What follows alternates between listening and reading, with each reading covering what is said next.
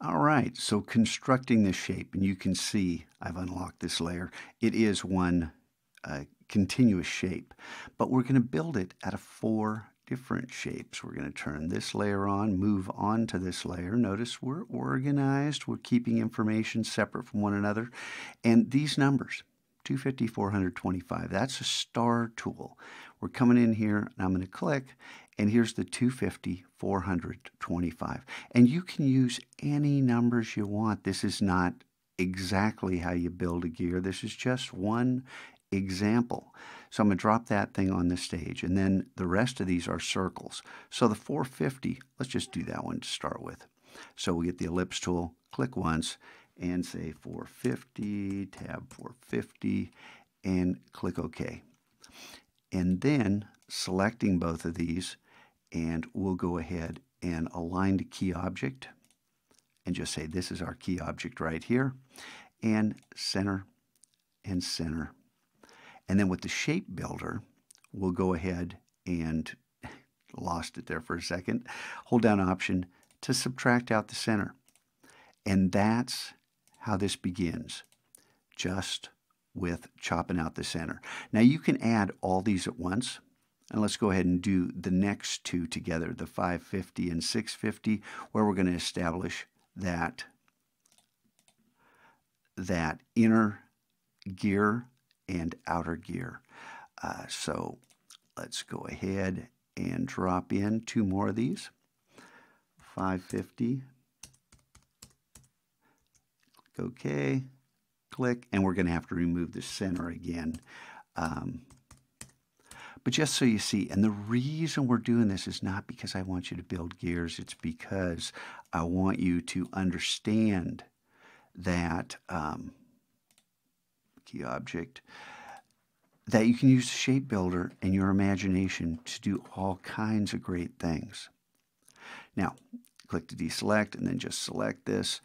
And now with the shape builder, I'm not going to do the whole thing. Let's drop out the center again, Option. And then if we hold down Option, we can chop off these points out here. I'm going to zoom in a little bit so we can focus on what we're doing. And then we want to remove these negative parts of the gear. We'll just click, subtract those. And again, you can see how this is built. I'm not going to go through everything. And then we want to combine. I'm not holding down a modifier key. I'm just going to click and drag to combine these elements. And then you move all the way around, combining and building this one single shape that you end up with at the end, which is right here. And then I mentioned, what do you do with it?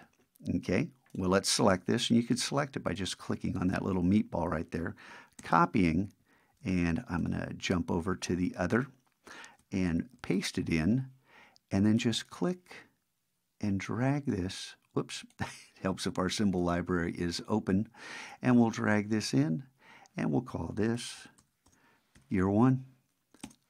Drop it in. Now, this is capable of being used anywhere. And remember, if we want to recolor our gear, we have to break the link to the symbol, right? And, whoops.